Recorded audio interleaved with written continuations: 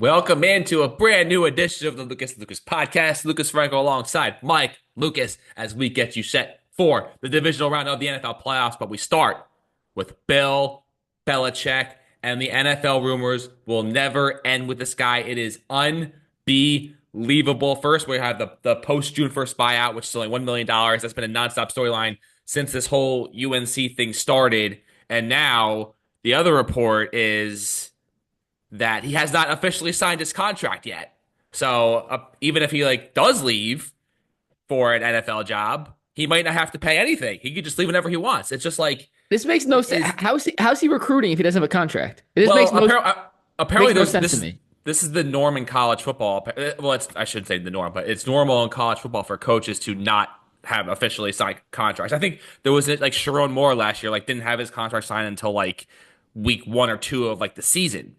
It's bizarre. Okay. Apparently happens more than you think, but either way though, why are we even having press conferences? Why are we recruiting players? Why are we doing any of this if there is not an official signed contract?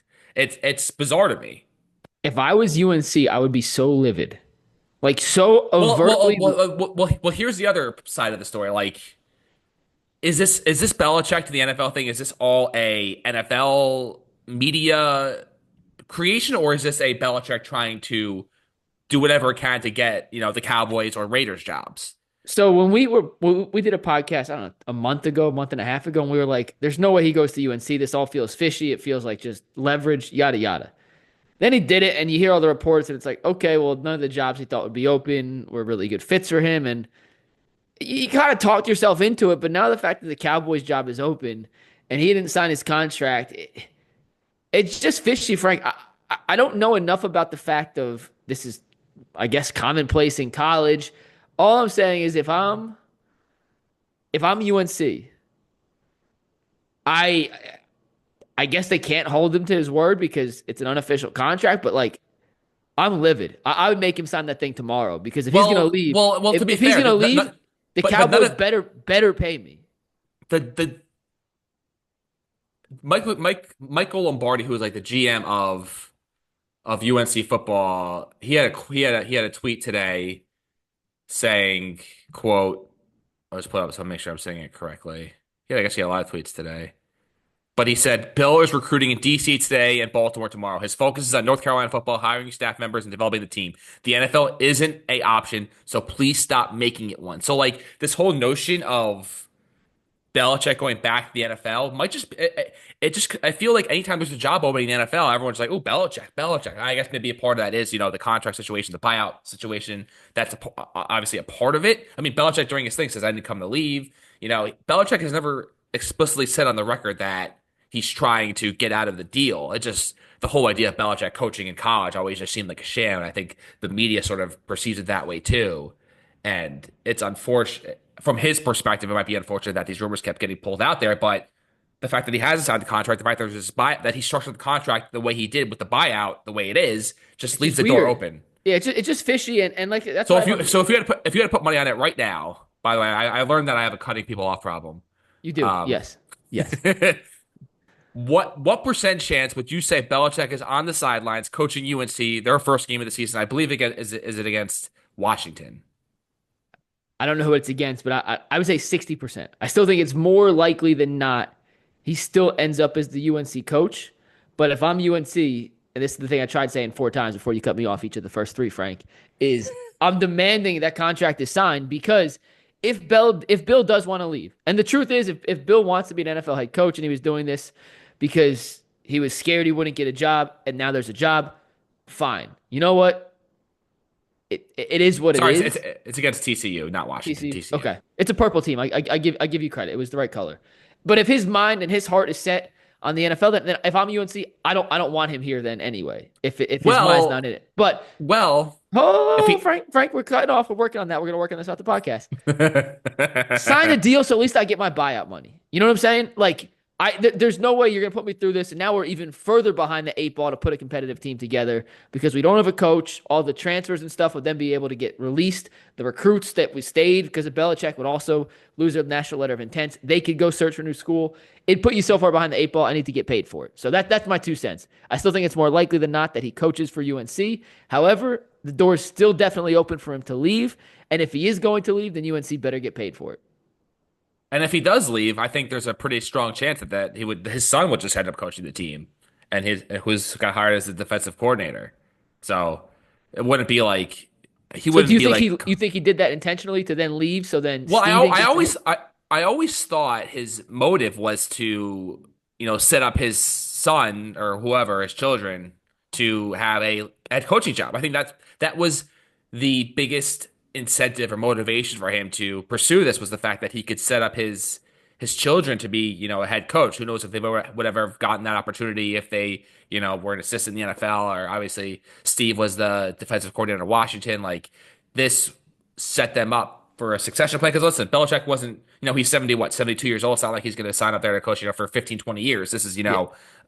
probably 3 to 4 year thing tops, maybe if he even that, if he obviously pursues it. But his son's obviously a lot younger, not nearly as young as his girlfriend, but it sets him up to have Yeah.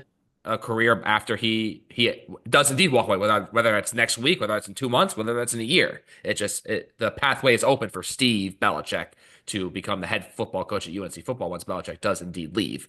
But obviously, we'll see what happens. It's hard to say. Like Belichick could really like put an end to this by A, signing his name on the dotted line, and B, restructuring his contract to end the buyout nonsense. But he's just not. So I'd say I'd say it's 50. Honestly, 50. It's a lame answer, but I think it's like honestly 50-50 because with one phone call, Jerry Jones can say, "Bill, we need to coach the Cowboys," and Belichick says, "Where do I meet you?" I just feel like Yeah. it can happen that quickly. But we'll see. We'll see what happens here. Let me ask you something What? real quick. What's more likely, and I think this is something you had in the rundown anyway, but more likely that Belichick is the coach of the Cowboys or Deion is the coach of the Cowboys? Yeah, Deion was the thing I was actually going to get to next. Um, I, f- I also can't get a read on Deion because the reason why I think Deion has a lot of incentive to leave is that he has no more kids to coach in college football. Like I feel like that's the only like one of the biggest reasons why he even got into college football coaching to begin with because that's when Shador was going to college. Hotshot quarterback, chance to coach with him throughout his college years, and obviously maybe he had more success than he thought he would because he went from Jackson State to a Power Five school in Colorado. But I feel like now that the kids aren't there anymore, there's really nothing tying him there. Yeah. And I think if Jerry, because in the statement, Dion didn't say, I'm not, I thank you, Jerry, like, but, my heart's in Boulder and I'm not going to be interested in coaching the NFL right now or ever. He didn't say that. He left those words out. Uh, so anything's on the table. Because if you told me right now that Deion Sanders is coaching the Cowboys next year, they find a way to get rid of Dak Prescott, who, by the way, I would never in a million years give him a first round pick for. Find it hilarious the mock trades I see on social media. I saw one trade like the Titans giving up the first overall pick for Dak Prescott, which is truly laughable. I think an NFL team would be lucky to get the Cowboys would be lucky to get a third round pick for Dak Prescott at this stage. No. But you think he's worth a first round pick? I wouldn't, but a team would, yeah. I don't necessarily agree with that. But I do believe that, Dion could be swayed easily to go to the Cowboys and he would do whatever it takes to trade up in the draft, trade Dak to the Titans, whatever it takes to move up to number one and get Shador on his team. I feel like if he has the ability to do that, I don't think there's any college job or any situation that is more appealing to him than that. The ability to coach his son, I believe, is the number one motivation in his mind right now. Well, let me tell you this. If that is, and I agree with you, then Vegas is a much more realistic possibility and option for Shador and Dion than Dallas is because I can tell you, and we had this conversation 2 days ago here in Cleveland. It's one thing to trade back from the first or second pick. It's another to trade back all the way to 12. The caliber of players you're looking to draft at 6 versus 12 are night and day. And you obviously, it's a projection. You don't know who's going to hit. You can find a Micah Parsons at 11. You can find guys at the 12. But when you look at the draft grades, and we had Dane Brugler on from The Athletic the other day, he mentioned outside of the two quarterbacks, because they're in their own category, he had 5 what he considered elite level prospects in this draft. You ain't getting one of those at 12, Frank. And if you have the number 1 or the number 2 pick, you have a ton of holes. And you have to leave this draft in one way or another, either with a quarterback or an elite level pick. And we did the whole Dak to Cleveland. Would you, if Dion goes to Dallas, and they offered to trade up, what would it take to get you to 12? And our consensus was it'd be a package that was so outrageous to move back to 12, knowing that you had the leverage because obviously Deion and the Dallas Cowboys would at that point would be willing to give you almost anything they could to get up there. It would take such an outrageous package that it would never make actual football sense. Well, there's also a situation where Shador or Dion or they pull like an Eli Manning Eli, and say, yeah, "Listen, I'm not playing. I'm the only situation I'm going to is playing for my daddy, wherever he is, and if you draft me, then I'm going to play in the UFL or the Canadian Football League or wherever league until I get to play for my daddy. Like that's literally how it could all shake. yeah. Like, but I don't. That's obviously extreme circumstances, but It could happen that's though. yeah, it could happen. Another thing that happened was the Patriots did indeed hire Mike Vrabel. So I know it's truly Called a it. shock. I had a bet that if he did not end up taking the Patriots up, I would do 200 straight push-ups without stopping. So now I don't have to do that, which I was never intending to do anyway. But no, I Well, really don't have to do it. we called it on the podcast. Was it last week or 2 weeks ago? It was a done deal. It was just it was an inevitability. It's They just interviewed. the way I just wish that the Jets would not. I wonder if the Jets didn't do that interview with Vrabel the week that like Friday before that Week 18 game. It If the played a Patriots even factor. fire Mayo, It like do the played. Patriots? If It played a factor. I'm convinced. I'm convinced, Frankel. It played a factor. yeah, it's just another way to torment And did you the wait, real quick? Jets. One thing on Vrabel. I didn't know this. I heard this on a podcast. I forget who said it, but because Vrabel was let go of his contract from the Browns, the contract he signed got him out of Cleveland for Week 18. He was able to interview in person with teams before anyone else because if you were under contract with a team when the season ends, you can only do virtual until after this weekend's play or after last week's the first round of the playoffs. So Vrabel was able to do these in-person interviews, and anytime you do an interview, Frank, whether it's for a job that you or I would apply for, whether it's for a job at a business or just, like whatever the job is, in person, you can make a much bigger impression than you can virtually. And not that Vrabel has to sell his credentials. We all know how good of a coach he is. But yeah, I do think the fact he had an in person interview with the Jets forced the Patriots' hand to, we got to make a move fast because we may not be able to wait 2, 3 weeks to hire Mike Vrabel if we want.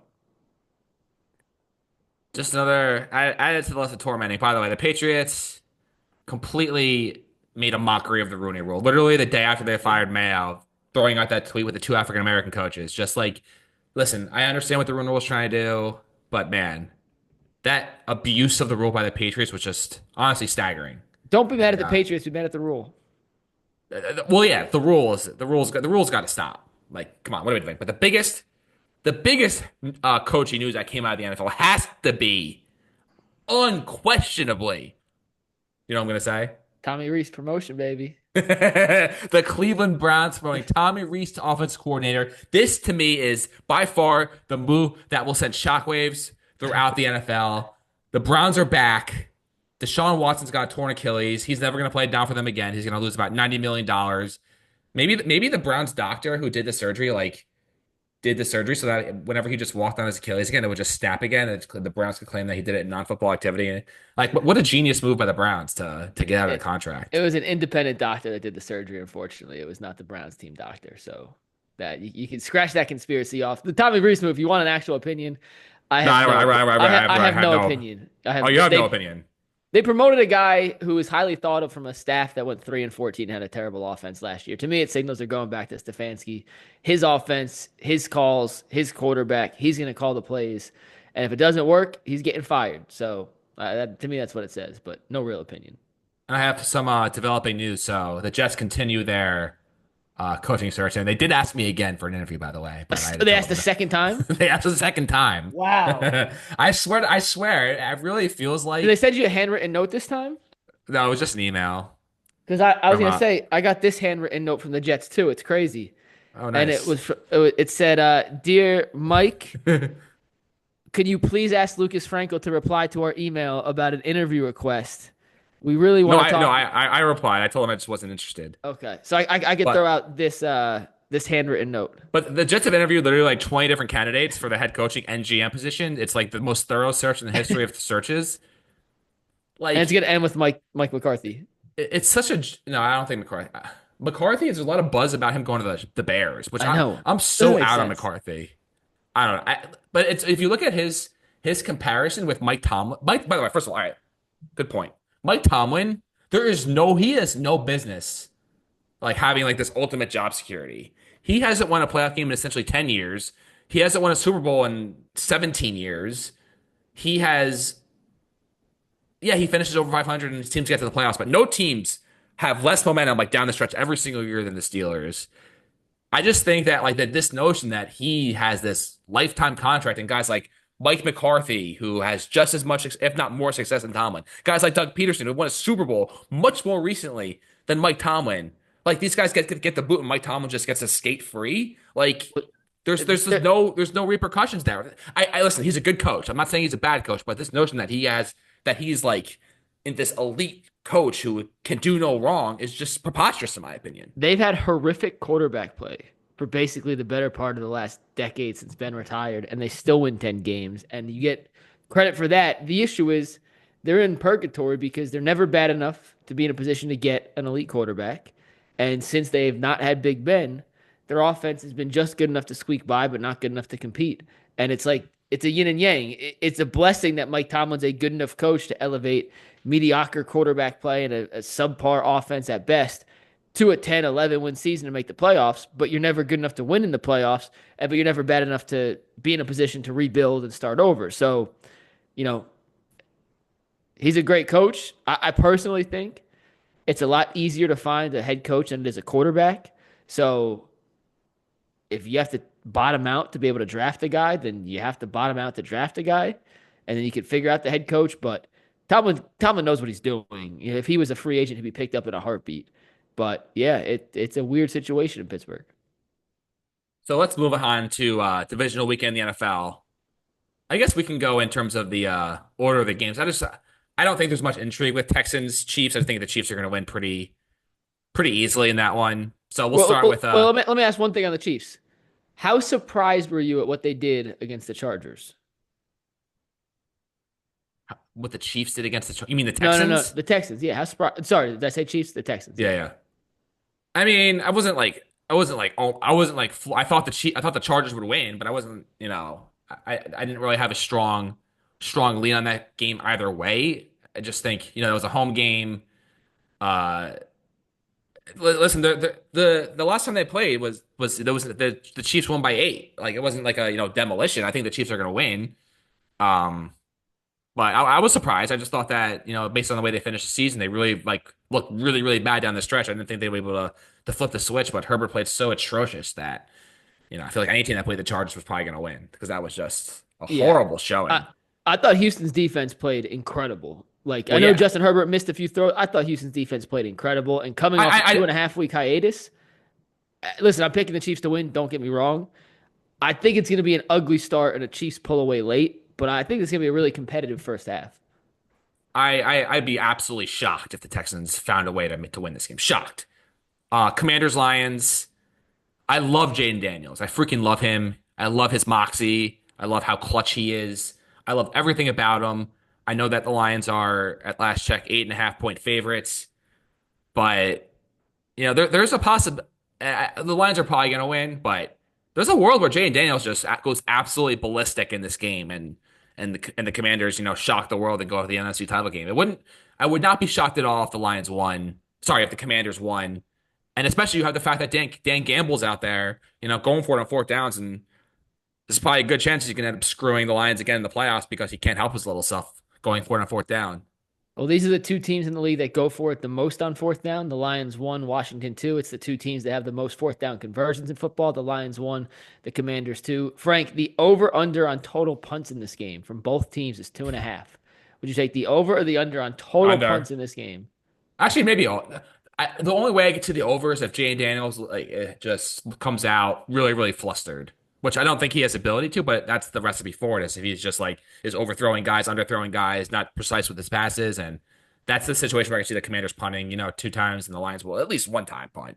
So that's the recipe I see it, but I think the running game for Detroit's the difference, and I think they're getting Montgomery back. They are I'm getting not. Montgomery back. Is that official? Did he practice today? I mean, It's he's been official. practicing in full all week. He's playing. Okay, so he's playing. Yeah, I mean, when they have Montgomery and Gibbs both in lineup, coming off a bye week where they needed some time to get some guys healthy, that offense is tough. I think Jaden Daniels can keep it close, but I just think at the end of the day, the Lions are too talented elsewhere. And the passing game for the Commanders is weird because it's explosive, but outside of McLaurin, no one really scares you. I mean, I think the second scariest threat in the passing game outside of McLaurin is Jaden Daniels keeping the ball and running himself.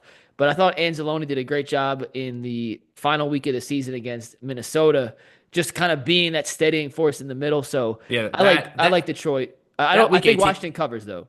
that week 18 game like really was everything the Lions needed to like get their mojo back. It really felt Yeah. like there was a lot of negativity surrounding that team, and they really, they went from possibly being the 5 seed, having to play on the road last week, to getting a bye, getting Montgomery back. Anzalone looked like an absolute monster, changed the whole complexion of that defense. So that was a huge boost for them. Rams Eagles, I was really believing that the Rams had a legitimate chance in this game, but you're asking Stafford to go cross country in the snow against that crowd and that team. I know that AJ Brown's got his whatever issues. Jalen Hurts, I don't necessarily truly believe that he is, the greatest quarterback, but I just think the weather's going to end up being too much for the Rams in that game. Those West Coast dome teams going east in the cold, that's just always a recipe for disaster. I feel so bad about picking against a team that has the better head coach and the better quarterback in a playoff scenario. But I can't get the Sunday night football matchup between these two teams out of my head, Frank. And I am fully aware this Rams defense is playing much better now than it did a few weeks ago. But despite the fact that their defensive front, that front four, which is playing out of their mind, they're a bit undersized, and the Eagles' offensive line are juggernauts. I mean, they're all 6'5", 6'6", 320, 330 pounds. And Saquon went wild against them for 271 yards in that first matchup. I just can't get that out of my head. I want to pick the Rams, but I think last week's win was such an emotional win for LA coming, the whole situation in Los Angeles with the wildfires. They go to Arizona. They play a perfect game. They get a bailout, that fumble slash incomplete call that could have flipped the momentum, went in their favor. And you're right, the weather's going to be completely different, and LA's not necessarily built as a cold weather team. So I'm going to pick the Eagles, but I don't feel good about it. Of all the four games, it's the one I feel kind of the most conflicted on, even though this next So, game yeah, should be a so better so you game. should have a lot of conviction about Ravens Bills? Yeah, I'm picking the Bills. Really? I just feel so much better about Josh Allen in this situation than I do about Lamar Jackson. And it's nothing against what Lamar's done in the regular season. He's been incredible. But in the playoffs, when teams have been able to force Lamar to pass and be a passer to beat them, he's just come up short in the past. And Josh Allen, despite the fact he hasn't beaten Patrick Mahomes in a playoff game, has played out of his freaking mind in the postseason. So yeah, in a game like this in Buffalo, I understand the Ravens have a better defense, and I understand that they're playing red hot. But Zay Flowers didn't practice again today. I feel pretty good about Buffalo in this one, Frank. I don't know. It's honestly it's a really really tough call because I like the Ravens team as a whole more. I love I do Henry too. But who do you like more, Lamar or Josh? In a one game playoff situation? because I've been going back and forth like with his coworker basically like the last month or so at least like about who's actually the MVP, and my whole argument was Josh Allen because he does so much more with less. With less, yeah. Like if you I put agree with you for the Lamar record. if you put Lamar in the Bills, like what is he? I just think if you take Josh Allen off the Bills and replace him with like Tyrod Taylor, they're like a 5-win team. Like the Bills lost so much over the offseason. They lost their top two receivers. They lost, they're essentially half their secondary to free agency or retirement. And just to flip it like they did and not miss a beat, and it's all basically on the shoulders of Josh Allen. I thought it was incredible. I just I feel bad that one of these teams is not going to be able to play for the AFC title game because I think the Ravens, Bills, and Chiefs are easily like the clear, like in my opinion, three best teams in the NFL. Forget about the AFC, three best teams in the You don't think the NFL. Lions are in that conversation? Because I think the Lions are clear four. Like those four in any order Oh are the yeah, yeah, top those four. four. Yeah, but in terms of quarterback wise, I should have rephrased three best quarterbacks in the NFL: Yes, Lamar yes. Allen, Mahomes. I just feel bad for that one of those guys is not going to be able to play for the Burrow's also in there. They're the top four for the quarterbacks. championship. I think yeah, but either way. It's gonna be. Let's I dissect was this. it was interesting that the Bills opened up as 1.5 point favorites, and now it flipped to the Ravens -1.5. I thought that was interesting, Yeah, but it's all going to come down to honestly whichever quarterback makes. It's like a lame thing to say, but whichever quarterback makes yeah. fewer mistakes, I think is going to be the team that wins. Do you think home field advantage in this instance makes a giant difference, a little difference, or no difference at all? A little difference because I think there's a possibility that if obviously if the Bills fall behind, the crowd may won't have that mojo that it would have if you're up in front, and Lamar could get rattled too. Like Hmm. doesn't exactly have the best track record of success in the playoffs and big moments. So this might be the Lamar coming out party that we've been waiting for. Uh, Certainly. I'm not putting it past. Like, listen, I like Josh Allen in this situation because I've seen Josh Allen come through in these kind of moments before. And Lamar, who's incredible in the regular season, has not had that playoff defining moment yet. And this could be it. Like, until you do it, no one has it. Mahomes didn't have it until he did it. This certainly could be Lamar's, but I just feel so much better about Josh Allen. And in a game, to what you said earlier, Franco, I agree with. It's close. I like Josh more than I like Lamar, and I like the Buffalo kicking situation more than I like the Baltimore kicking situation. So yeah, for me, for it would me, be so wild if that came that's down why I to lean just Tucker Buffalo. miss. That's why I lean Buffalo. But it's close. I Like just I feel good about it, but I think it's a field goal game. and you can tell me I'm insane. I just feel like with Josh Allen, there's this negative aura that at the end of the day, he's going to be the one walking away disappointed.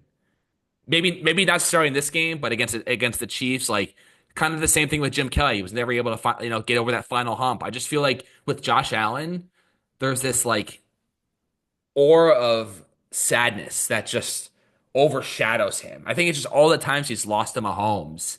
It's like created this sensation around him that he's just going And, to fall when it really, really, really matters but most. you know what's crazy? Like, do you know what Josh Allen's playoff numbers are? Yeah, they're ridiculous, and two of the losses aren't even his fault because Yeah, 13 seconds setting up for a field goal, and then the field goal last year.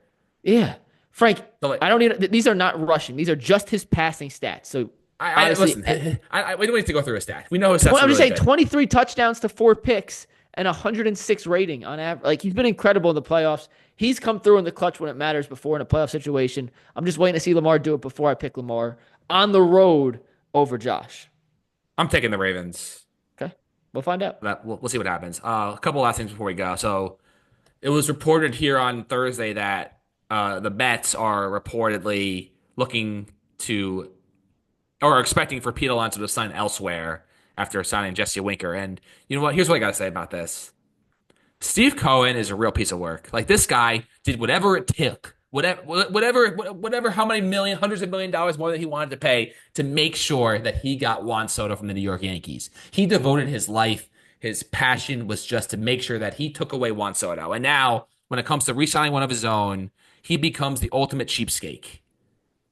Like, what the hell is that? Like, what? They'll go above and beyond for Juan Soto, but God forbid it costs an extra $2 million to bring Pete, whatever million dollars to one of your own, who hit one of the most dramatic home runs in Met playoff history against the Brewers, and he's just like, nah, I don't want that guy. Like, are you kidding me? Now you play hardball, but God forbid you play hardball with Juan Soto, but you're gonna play hard. Like, where's the line? He's so inconsistent. Like, you're Steve freaking Cohen. You're the richest owner in one of the richest owners, not just in baseball, but in all of sports, One of the and richest you're gonna people in the choose to world. be and you're going to choose to be picky about re-signing Pete Alonso. There should be absolutely no hesitation from the Mets about re-signing Pete Alonso. This guy is one of the heart and souls of the team. You could argue he's more of the heart and soul of the team than Francisco Lindor. Either one of them. You pick either one as the quote-unquote team captain. I just feel like the Mets turnaround all started with Pete Alonso. He's sort of like I think he's the face of the Mets. You call me crazy, but Juan in Soto is this, the face of the Mets. well, not he has. I mean, he hasn't played a game yet, He's the face of the but Mets. He is but the. the lack of consistency from Steve Cohen is really, really annoying. And It's it's annoying just to a Yankee fan because he did it. He wouldn't do it with Soto. But Frank, let's talk about Sasaki because I know that's what really pissed you off. Sasaki said no to Cleveland, and then he said no to New shocker. York. Right. He's gonna go to the Dodgers or the Blue Jays or the He's not Padres. going to the Blue Jays. The fact that the Blue Jays are in this is just an insult to the Blue Jays. The Blue Jays get looped in with every single Japanese player. They were there with Otani. Now they're there with Sasaki, and they're just going to walk away betrayed again. I feel bad for the Blue Jays because no So one what do you wants to go think? to that. What do you think he ends up? I mean, my gut I says hope the it's San Padres because there was Diego. that video of him, throwing the bullpen there. But here's my issue with the whole. I think I'm sick and tired of just Japanese players coming to America because they only now in the last ever since Masahiro Tanaka went to the Yankees, these guys only want to go to the West Coast. It's always the Dodgers, the Padres, or the Angels, or the Mariners. It's essentially those four teams. So if that's Or what the it's going to be, Giants.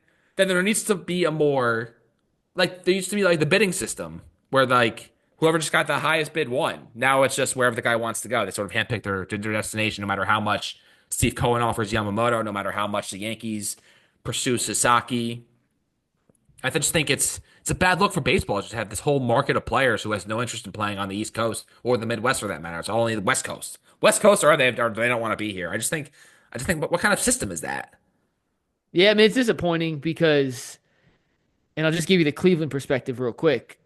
They had as much money as any team in the international bidding pool for Sasaki, and he didn't even give him a chance. Like he's like, that's not where I want to go. So even the slight advantage that a team like a Cleveland had in this situation, it was never realistic. And in a world where teams can make a higher I offer, mean, you really thought the Guardians were a no, no, realistic? no, no, but I'm just saying, like, because the Guardians are never going to sign a big time free agent. Like they don't spend Right. money. Well, So Sasaki's not a big time free agent. no, He's that's what I'm just saying. This was a chance for them to get a big time free agent within the realms of their actual budgetary constraints because they were in that top tier of the international bidding pool and the money they could spend, which was I think 2 million more than the second tier. So it's not like a giant gap, but it was as much as anyone else. They could not be outbid in this situation. You know what I'm saying, Frank?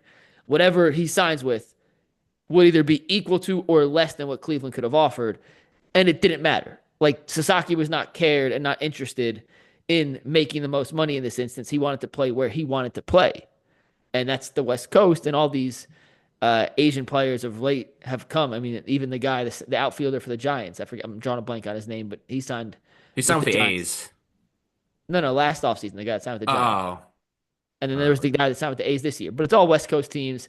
I get it from their perspective. It's closer to home for them. It's a easier time difference. But at the end of the day, yeah, I would like to see the next Hideki Matsui or Tanaka, or whoever, because those are some of my favorite players. Last thing before I go, I just got to say what do I want to say about Pete Alonso.